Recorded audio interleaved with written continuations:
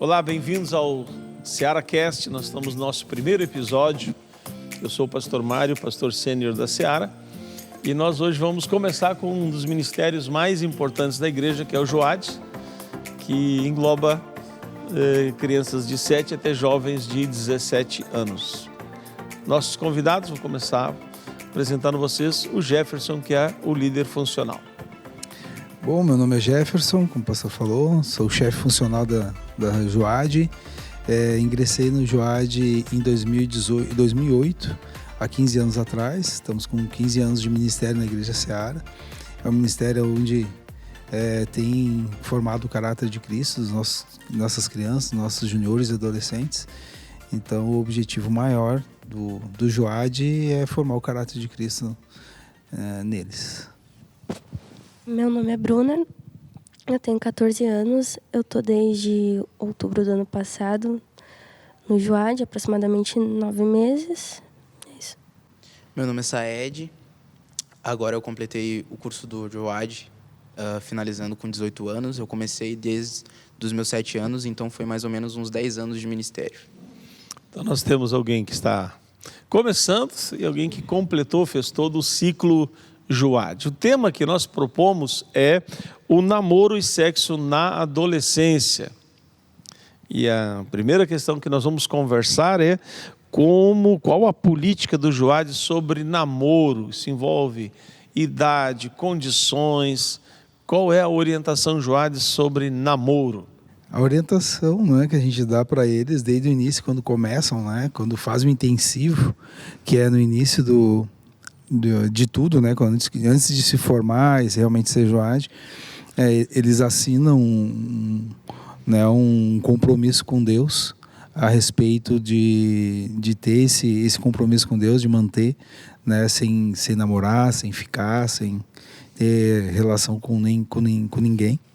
Porque a gente entende que eles não têm idade nem maturidade para namorar, E o objetivo do cristão de namorar é para casar. Então, se a gente for ter relacionamentos iguais ao mundo, não faz diferença nenhuma, a gente não vai fazer diferença nenhuma no mundo, porque as pessoas vão nos ver da mesma forma que eles se comportam, Então, o objetivo do não ter o namoro até finalizar o Joad, que é aos 17 anos, é eles também se preservarem, Porque lá no início do Joad, em 94, de 94 a 98, ainda não tinha essa regra, vamos dizer, e tiveram alguns problemas, bastante problemas, e aí se entendeu que realmente é importante ter essa regra, porque a gente é carne, Eu sempre digo para eles que hormônios não se convertem, Então a gente não é diferente de outra pessoa, Então, principalmente adolescente, que naquela fase de estar carente, Muitos às vezes precisam de querer um abraço. Então é por aí que a gente trabalha com eles, para que eles entendam que tudo tem um tempo. Tudo tem um tempo, Quando a gente começa as atividades com eles lá no intensivo, a gente dá algumas explicações e Deus foi ministrando na minha vida também a questão disso, porque eu não pensava dessa forma, Às vezes tu pensa que é só um beijo, Mas a gente não entende às vezes que um beijo tem um significado muito, muito forte, E a gente fala sobre que nós temos vários vasos sanguíneos dentro da nossa boca que se rompem, e através de um beijo de tal forma tu também acaba tendo um laço de sangue, um pacto de sangue num beijo, Porque na saliva, se for fazer uma análise, vai ter resquícios de sangue ali, Então tudo é uma... E aí a gente vê assim adolescentes tão machucados que às vezes quando chega numa idade de se relacionar com uma pessoa mais madura, quando chega numa idade, ela está machucada, porque ela já ficou com um, ficou com outro, que a gente sempre diz que tu vai deixando teu pedacinho do teu coração com cada um que tu ficou, tu deixa um pedacinho do teu coração. Quando tu chega aquela pessoa que realmente Deus colocou na tua vida para que tu possa realmente constituir uma família, tu está machucado, tu já deixou o teu pedacinho do coração cada uma, e tu vai comparar esse relacionamento que tu teve com outras pessoas, com aquela pessoa que tu está vivendo hoje. E isso vai te trazer a parte espiritual, que vai te atrapalhar, e a parte emocional vai te atrapalhar, porque tu vai fazer comparações. Aquele me beijava assim, aquele me tocava assim, aquele falava comigo assim. Tu vai ter comparações, é inevitável. E com isso, tu vai perder, às vezes, uma grande chance daquilo que Deus colocou realmente na tua vida, porque tu não consegue, emocionalmente, estar afetado. Né? Verdade. E uma adolescente, como é que vê isto e como é que age dentro dessa política do Joad de não namorar até os 17 anos? Sinceramente, é algo difícil, principalmente quando a gente começa a ter sentimentos por alguém, né? Algo normal na adolescência. Mas o certo seria respeitar isso, principalmente de acordo com os pais, né? Que muitos pais não são de acordo com os filhos de namorarem na adolescência, terem relações, enfim. E por temência a Deus, né? Eu penso assim, que eu tenho que ter temência a Ele e que eu tenho que persistir nisso, de não ficar com ninguém, não só pela regra do Joad ou pelos meus pais, mas principalmente por Deus, Jesus. Muito bom, Bruno. E para um menino, como é que é essa regra, como é que é essa orientação? Desde os 7 anos, né? Primeiramente, passando ali pelas fases da escola, muitos questionamentos, é uma fase que a gente passa por uma grande influência, né? Então a gente tem que estar escolhendo por quem que a gente quer ser influenciado. E o Joad acaba se inserindo nisso, né? O Pacto de Honra acaba se inserindo nisso. Então, na escola, né, é muito difícil, é muito complicado por questões das pessoas estarem influenciando umas às outras, né? Tentando forçar alguma coisa que as pessoas não queiram, algo que para elas seja comum, mas para a gente entende que não é normal. Porque a gente entende que é algo da carne, né? Não é algo do espírito, sabe? Então, a gente acaba em uma constância guerra, né? Entre a carne e entre o espírito, desde o começo ali, de quando a gente entra no Joad, de quando a gente começa a ver as coisas diferentes. Porque uma coisa é tu vir no Joad assim, as pessoas umas se respeitam às outras, outra coisa é tu viver isso no teu cotidiano, porque tu vai ter que colocar isso em prática, vai ter que colocar onde tu estiver. E, para mim, né, foi muito difícil até hoje, né? Tudo muito complicado, assim, mas acaba se tornando algo muito tranquilo, sabe? Não por costume, mas por entender que algo que não vale a pena, algo que não é necessidade, sabe? Não é uma necessidade que precisa ser suprida, porque ela já foi suprida por Cristo. Então, a gente acaba desenvolvendo esse caráter também, sabe? De temência a Deus, mas sim de um foco nele maior, para que a gente não foque nas coisas, sei lá, num relacionamento ou num casamento, quando a gente tem 15 anos, 14, 12, 13 ou desde pequeno, mas a gente foque sim nele, em desenvolver o caráter dele. A pressão de grupo, né? Por exemplo, nós falávamos sobre BV, Boca Virgem, né? Na escola, com crianças aí de 10 anos, 9, 10, 11. Vocês vivenciaram isso? Vocês viram essas coisas acontecer? Bom, eu era questionado alguns dias, né? Sempre isso era um dos questionamentos mais vistos na escola, né? Mais assim, um aluno falava para outro, um aluno questionava o outro e, sei lá, contavam essas experiências, sabe? De primeiro beijo, se perdeu o BV e tudo mais. E às vezes a gente ficava sem resposta, né? Porque, né? Primeiramente porque a gente tem no começo, né, vergonha de expressar isso, de estar começando ali uma caminhada com Cristo e acaba meio se sentindo meio evasivo, né, dentro da sociedade ali. Mas é uma pressão muito complicada, assim. E entre as meninas, Bruna? É algo complicado também, porém eu já tinha isso desde o início, pois eu frequentava desde pequena a igreja. Eu já tinha desde o início de que eu não deveria fazer o mesmo, né? Mas, como eu disse, era algo complicado, ainda mais com a pressão, né? De que tinha isso na escola. Eu fiquei com não sei quem ontem, eu perdi meu bebê e... tal pessoa perdeu também, sabe? Aquelas fofoquinhas de criança. E daí eu ficava, meu Deus, eu devo fazer isso? Porque vinham pessoas falar, né? Fulano quer ficar contigo. Mas eu já tinha essa consciência de que eu não deveria. Benção. Vamos apertar um pouco mais agora o nosso tema, que é a questão da sexualidade, né? Como ensinar a questão da sexualidade como um princípio e não como uma proibição, Jefferson? Desde o início a gente deixa bem claro que não é algo proibitivo, que eles não estão fazendo por causa do chefe funcional ou por causa do líder A, B, C, né? É um pacto que tu faz com Cristo, com Deus, né? Então, quando tu tá quebrando essa regra, tu não está quebrando comigo, tu está fazendo um pacto com Deus que tu quer realmente esperar esse tempo. Então, a gente não coloca como uma proibição imposta, né? Mas fazendo com que eles entendam que o importante é esperar em Cristo.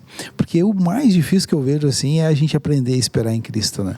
Porque a gente quer dar uma ajudinha para Deus. Eu entendo eles, né, nessa idade, eu vejo que nas escolas principalmente, eu vejo que as meninas estão muito mais avançadas nessa parte de sexualidade, né? E é uma competição. É uma competição entre eles, assim, né? Sim. Quem vai ficar com mais né? Mudou muito a geração, né? Mudou muito. Então, a proibição não é boa, porque daí é não algo ajuda. que estimula a querer fazer, né? O interessante é ensinar a entender que não é bom, né? Eu sempre digo, o pecado é bom, porque se o pecado não fosse bom, a gente não fazia, né? Mas a consequência do pecado é que nos leva à morte espiritual. Né? Então, o convencimento vem do Espírito Santo, eu creio. Não é da regra do Joad, porque muitos quebram a regra. A gente sabe que muitos quebram a regra, né? A gente conversa, reconversa. Até um tempo atrás eu tive uma experiência muito boa, assim, uma experiência não, mas Deus às vezes ele permite que a gente enxergue algumas coisas para que a gente continue a caminhada, né? Uma menina que era improvável dar certo, né? Há uns 2 anos atrás eu vi o casamento dela sendo realizado, umas imagens no Face, né? E casou numa igrejinha pequena, assim, modesta, né? Acho que era uma igreja assembleiana, eu acho até. E que Deus falou no meu coração, assim, sabe? Vale a pena. Né? Porque era improvável. Era uma menina também que era, para ela era difícil se manter sem namorar, sem ficar, né? Era assediada na escola. E a palavra foi plantada, a semente foi plantada e floresceu. Então, e se ela não tivesse talvez aprendido isso desde pequena, talvez o trajeto dela teria sido diferente. Bem diferente, né? Essa questão da sexualidade na adolescência, que hoje o mundo já entende como normal, né? Quando o casal de adolescentes começa a namorar, os pais já compram preservativo para o menino, já dizem para a menina começar a tomar anticoncepcional, isso cada vez mais cedo. Os pais praticamente já entraram numa linha de concordância, se namora tem sexo. Sim. E aí, na prática, como é que a gente lida com essas questões dentro da igreja? Porque a orientação do Joad é uma, e às vezes o pai e a mãe podem dar uma outra. E aí um conflito, como é que resolve isso? Aí é um problema, né? Já tivemos alguns casos, né? Que aqui a gente conversava de uma forma, de que para se preservar, esperar o tempo, né? Para namorar, e os pais em casa, para não bater de frente, diz assim, tu que sabe. Se tu quer namorar, tu sai da Joad. Tu que sabe. Tipo, tô isentando a minha responsabilidade e tô colocando em cima de ti, que é um adolescente e que está começando agora. Então, isso acontece muito, né? Hoje, nós temos no Joad, acho que talvez quase 30% de pais que não cristãos, que não seguem a doutrina cristã. Então, isso também acarreta numa confusão, às vezes, na cabecinha do adolescente, na cabecinha do pré-adolescente, porque os pais entendem que começa a namorar, pode fazer sexo e está liberado tudo. O importante é que faça dentro da minha casa, não vai para a rua. Às vezes tem esse pensamento, né? Então, isso também é conflito na cabeça, né? Não só a parte da sexualidade, mas também a parte espiritual, que a criança ou o adolescente está numa busca e às vezes em casa não tem essa busca. E a gente só tem sábado, né? para trabalhar isso, e muitas vezes no culto de jovens que eles vêm também no home, e aí é uma luta Além do complicada. conflito interno, né, que o adolescente já tem, está com uma taxa hormonal super alta, também às vezes tem um conflito. Eu estou na igreja, que eu tenho uma orientação, e às vezes o pai e a mãe, e muitos são criados só ou pela mãe ou, né, ou pelo pai, e dão uma outra orientação, quer dizer, ela já tem um conflito externo também. E, de fato, é difícil manter o propósito de não entrar na sexualidade na pré-adolescência, na adolescência como um todo. Vocês, como reagem a isto, a questão da sexualidade? Vocês devem ter adolescentes da idade de vocês já grávidos, ou pai, né, com 16, 17 anos, mãe com 15, que se tornou uma coisa assim normal. Colegas, tu deve ter amigos da tua idade que já são pais. Sim. Sim. Como eu posso reagir, né? É como se a gente levasse... É algo totalmente diferente, né? É uma realidade totalmente diferente daquelas pessoas. Mas sempre tentando apresentar isso também para elas, né? Meio que para eles aquilo ali tá certo, né? Aquilo ali parece uma convicção certa, ainda mais que no mundo é normal. Uhum. Aquilo ali acaba sendo uma convicção, né, certa, algo, né, normal com a família, com as pessoas ao redor. Mas a gente tem uma luta interior até para falar com essas pessoas também, né? No caso, discernir, conversar, e às vezes até incomoda um pouco, né? Porque é complicado tu ter uma mentalidade diferente, onde muitos têm uma mentalidade igual, sabe? Mas isso acaba te dando coragem de trazer algo, sabe? Algo diferente, apresentar algo diferente para essas pessoas. Até um testemunho, né? De tu ter vivido todo esse tempo se guardando para algo, para elas é algo muito, muito, cara, como é que tu consegue se guardar até agora, sabe? Como é que tu consegue resistir? Às vezes escuto até no meu trabalho, já escutei perguntas, tu nunca beijou mesmo? Tu nunca... Tá, mas tu já sentiu vontade já de fazer alguma coisa? Tu já sentiu atração? Tu já sentiu... Claro, a gente sente, né? A gente tem sentimentos, a gente tem uma mentalidade que luta, né? Mas quando a gente tem a convicção de que a gente tem que fazer sacrifícios para viver isso acaba se tornando mais forte do que qualquer outra coisa. Então é assim que a gente tem que lidar, fazendo sacrifícios todos os dias. Isso acaba ajudando. Bruna? É algo complicado, até mesmo como ele disse, para aconselhar, né? Porque, como ele disse, a realidade é bem diferente de pessoas do mundo e pessoas cristãs. Teve um caso também na minha escola, esse ano mesmo, que a minha amiga... Eu estava conversando com a minha amiga, né? E ela falando, que eu perdi minha virgindade, não sei o quê. E eu fiquei assim, tipo, pera, quê? 14 anos? Como assim? Daí eu falei pra ela, como assim, já? E ela, olha, é normal. E eu fiquei pensando, né, refletindo sobre isso pelo resto do dia. Olha, pra mim não é, sabe? O que diz na palavra não é de acordo com isso. A minha realidade é totalmente diferente, eu fico incrédula, sabe? Que forte isso, né? É, porque na verdade a gente anda na contramão, né, do mundo, né? Se tu pegar, eu digo sempre, né? O crente está sempre na contramão. O que é certo para nós é errado no mundo, o que é certo no mundo para nós é errado. Então, não é diferente para quem é casado também, né? Se tu tá numa roda de amigos assim, às vezes tem que mudar. Eu digo que para a gente se preservar, a gente precisa mudar os nossos amigos, às vezes, né? Com quem a gente anda, né? Porque isso contamina também, né?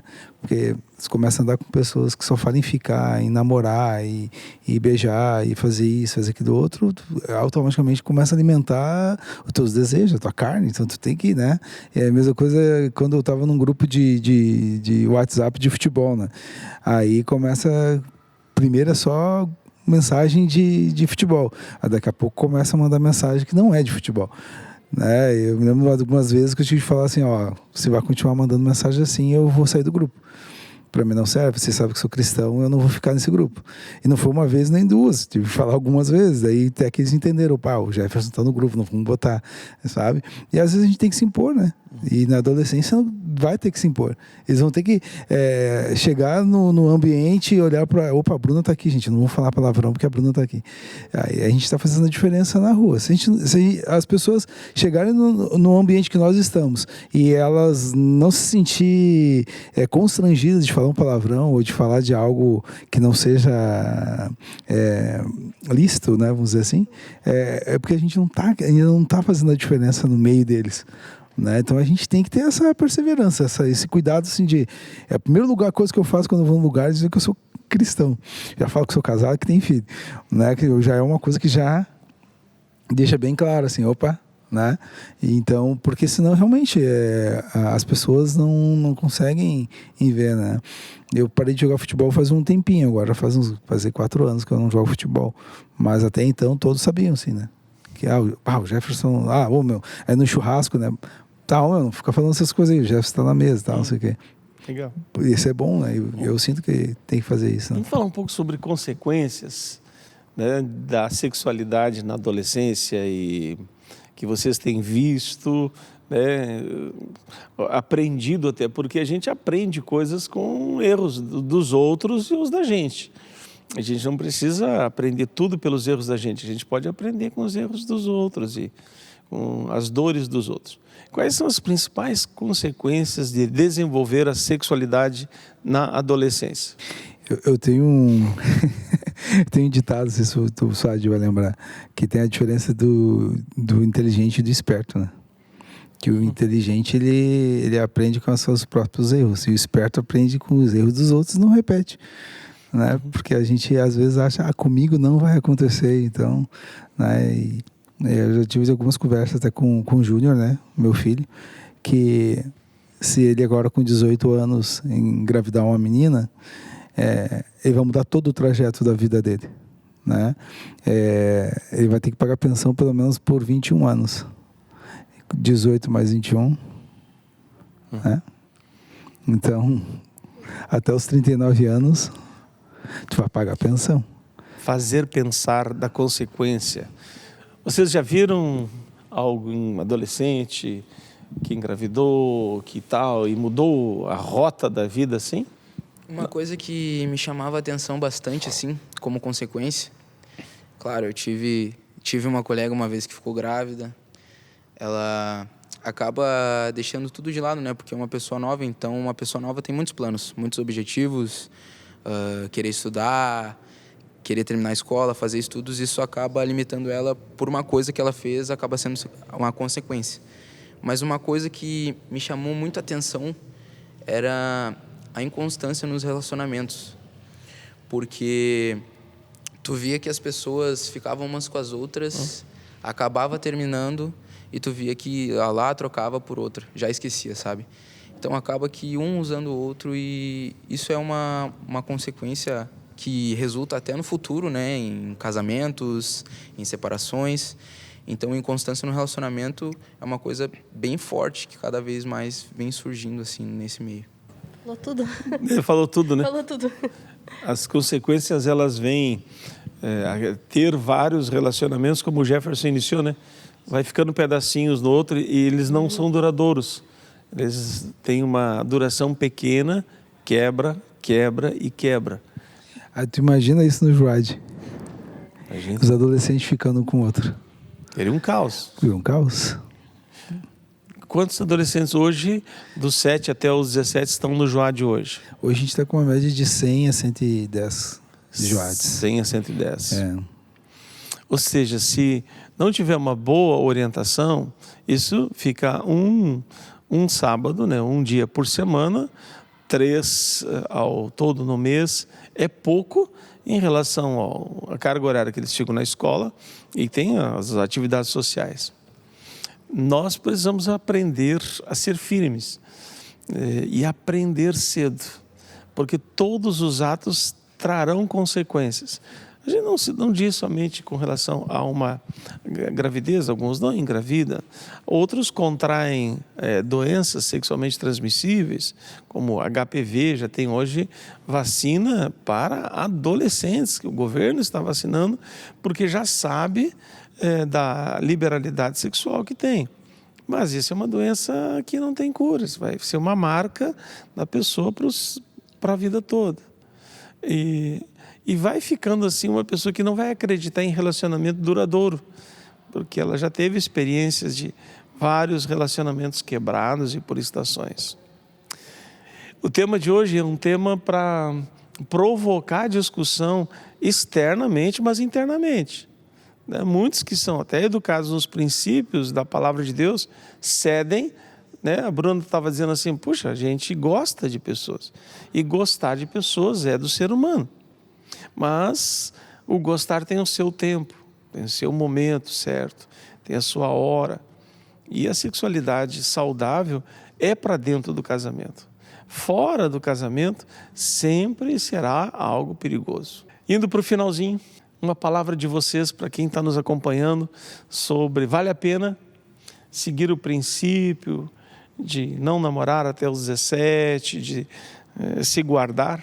Vale muito a pena pela nossa santidade, pelo nosso relacionamento com Cristo, por tudo. E pelo nosso futuro, né, principalmente. Vale muito a pena. Porque, que nem eu disse, né? É uma entrega todos os dias. É um sacrifício todos os dias. Que tu deixa tuas vontades para viver as vontades de Deus. Então, vale muito a pena porque tu não só desenvolve um caráter com Cristo, mas tu acaba desenvolvendo não um relacionamento com as pessoas, não um relacionamento de namoro, não um relacionamento de só ficar, mas um relacionamento com Deus. Isso acaba te trazendo muitos frutos aí no futuro. E vale a pena esperar, porque tem uma pessoa te esperando também uma hora. E uma hora isso vai aparecer. Uma palavra final do chefe funcional Jefferson. Bom, o que eu tenho para dizer é que eu gostaria de ter sido Joad. Né? Eu deixaria de ter... Eu também. Eu deixaria de ter cometido alguns erros na minha vida porque queria vícios, né?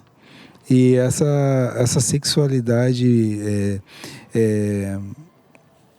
tão cedo que eles têm hoje acaba ocasionando os erros, né? Então eu creio que esperar em Cristo, esperar a pessoa certa para namorar, não deixar que o mundo influencie com a ideia de que nós precisamos, para aproveitar a vida, a gente precisa experimentar, fazer coisas.